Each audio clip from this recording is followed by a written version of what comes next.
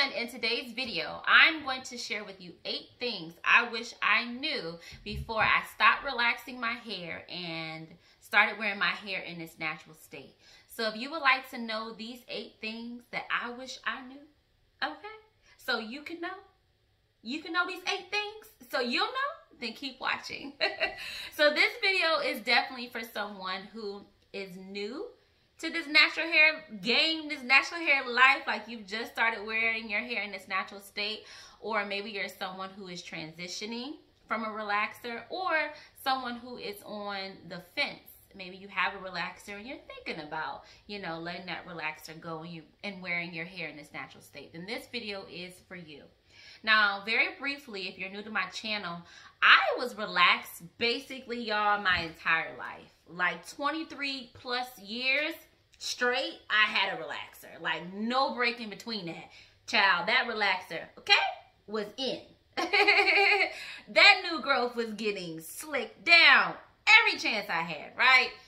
So I transitioned from my relaxer for 1 year, 4 months. And at that 1 year, 4 months mark, I went ahead and chopped off my relaxed ends.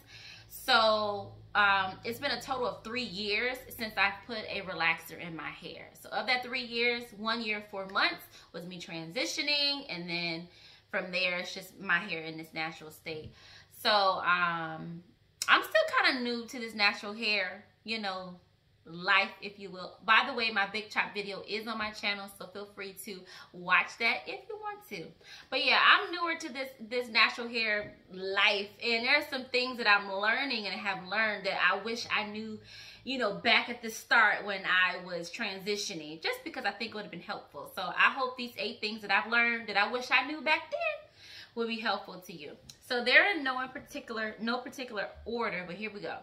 The first thing I wish I knew is that your curl pattern, your curl type does not matter. I said it. Your curl pattern, your curl type does not matter. I feel like there was like a big movement where women were embracing their curls, and it was just such a beautiful thing. And I would hear a lot, of people saying what their hair curl was, 4A, 4B, 3C, 4C, whatever, and like everyone trying to figure out their curl pattern. So as I was transitioning, I would be in the mirror looking at my little new growth coming in, and I'd have a chart next to me, and I'm trying to match it up to see, is that 4A? Is that 4C? What is it, And then I quickly realized that my curl pattern didn't matter. Like, it doesn't matter. First of all, if you're like me, then you have multiple curl patterns, okay? My curl pattern in the back is different than this middle section right here, and different from my sides. It's just all different. So it's kind of hard to classify or type my hair or type your hair anyway, because more than likely you're going to have more than one curl pattern. And I would see, or I still see, products at the store, like when I go to the store to get something for my hair, it'll say like 4 type 4 hair or 4 type B hair. But it doesn't make sense though, because for example, we could both have 4B hair, but your hair's needs are going to be different than my hair needs, right? Your hair density is going to be different from my hair density. Your hair's porosity is going to be different than my hair's porosity. So like knowing the curl pattern or the curl type really doesn't matter. Like it really doesn't matter. So I wish I had to learn or know that going into it, because I wouldn't have been in the mirror trying to figure out my curl pattern. Y'all, to this day, I don't know my curl pattern, and I don't really care to know. It's all good because it doesn't matter. But what does matter is this next thing. Here's the next thing I wish I had knew, and that is find out your hair's porosity. I never heard of it before. In my relaxed time, my relaxed years, that didn't matter. Like, it didn't matter. But now, it matters. So your hair porosity is basically just how your hair absorbs moisture and retains the moisture. That is what's important. I wish I had knew that from jump, because moisture in this natural hair life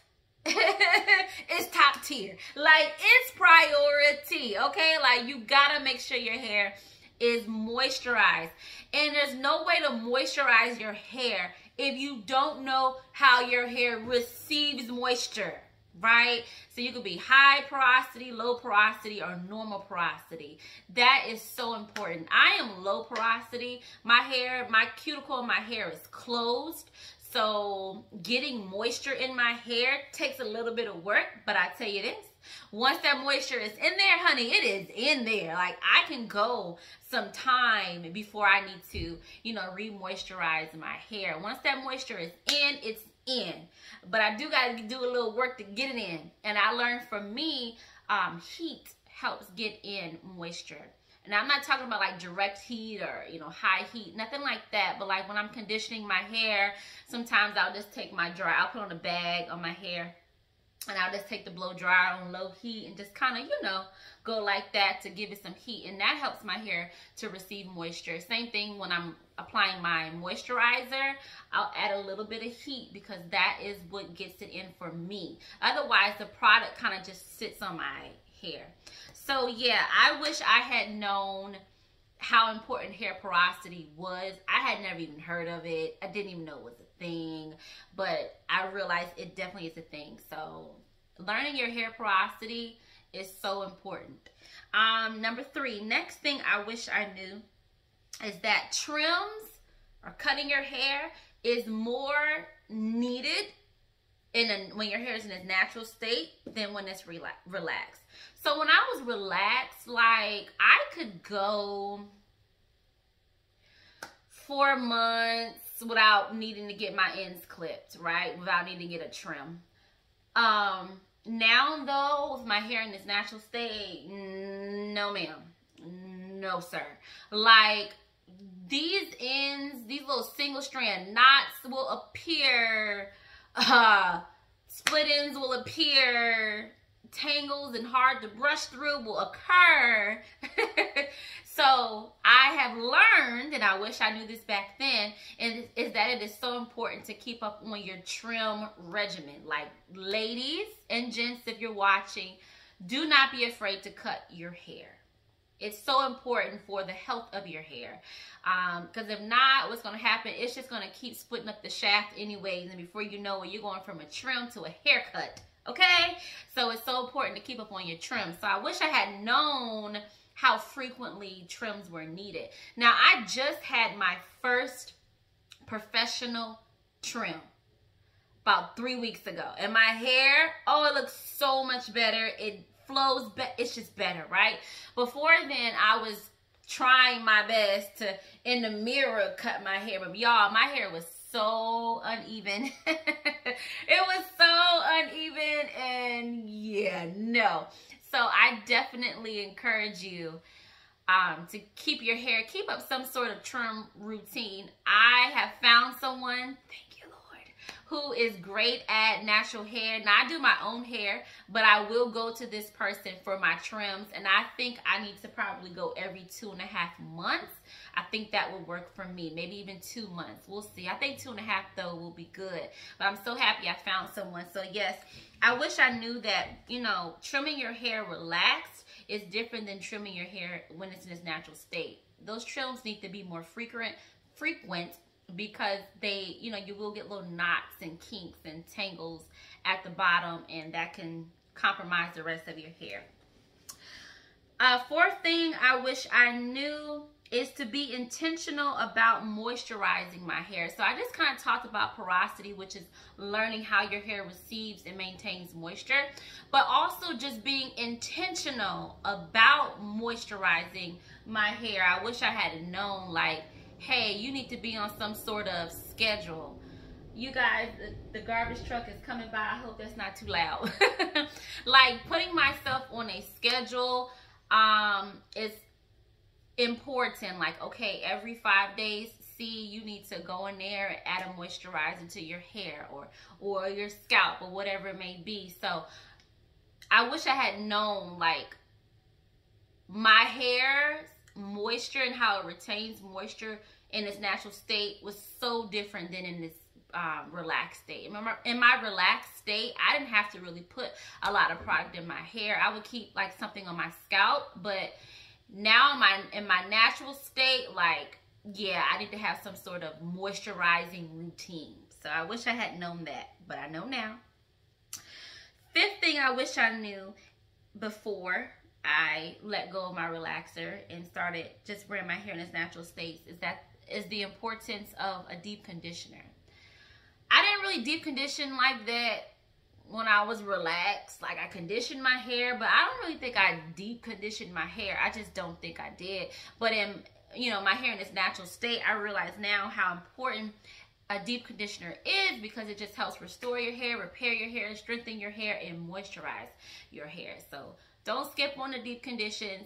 It depends on how frequent I wash my hair, but I try deep condition at least once a month. At least once a month. Twice if possible. That's just for me. Everyone's different now. Everyone's different. But deep conditioning, I have learned, and I wish I knew how important it was. Also, tip. Never, never, never, never, ever, ever, ever, ever, never leave the deep conditioner in your hair longer than the package says. Whatever that bottle or that jar says, if it says 15 minutes, then 15 minutes. Wash it out. Sometimes we think that leaving it on longer is beneficial to our hair, but it's not. It actually can over moisturize your hair, like, and cause damage to your hair to where you'll have limp curls. Like, it's just too much up in there. So follow the directions on your deep conditioners and don't leave it in longer than it recommends. Let's see, what number am I on, y'all? 1, 2, 3, 4, 5. I'm on number 6. The sixth thing I wish I knew is to invest in some good detangling tools. Y'all, you know, when you're relaxed, you have relaxed hair, you can use those small tooth wide combs and things like that, because your hair is, you know, it's a little thinner. Like, it's straight. You can get through there. And I remember when I first started, like, doing my hair, right after my big chopper, even transitioning, I was still using those tools. Even of late, I've been using those tools, but I finally invested in some nice detangling brushes and tools and combs that are actually made for curly hair. So don't make that mistake, you guys. It actually causes more damage and breakage to your hair when you're using the wrong tool. So I wish I had known to invest in some good detangling tools. Number 7, I wish I knew, y'all, that wash day was a marathon, okay? It's a marathon. Like, it takes time, honey. It takes time. You got the pre-poo, then you got the shampoo, then you got the conditioner, then you got the deep conditioner, then you got the detangling process, then you got the blow dry and style, or you have to style and blow dry, depending on what you do with your hair.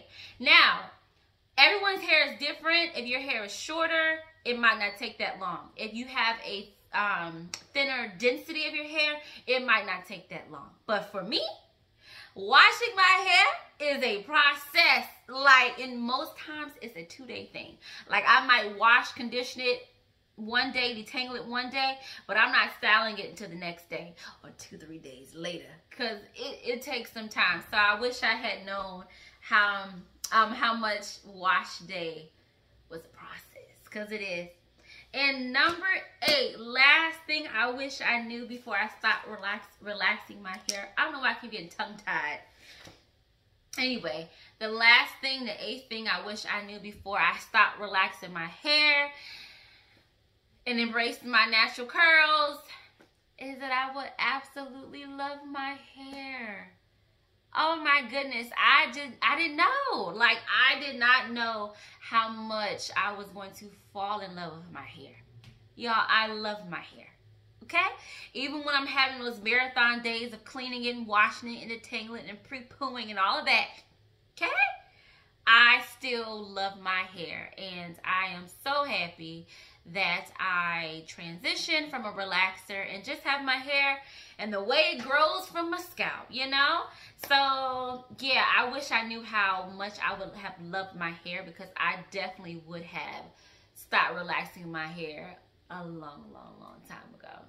But anyway, you all, those are the 8 things. That's it. I hope something in this list was helpful or will be helpful to you. Like I said, if you're transitioning, you're thinking about it, or if you're kind of newer to this natural hair game, or not, you might be a veteran in this thing and you just decided to watch this video today. I hope something I said was helpful, and if so, let me know down below.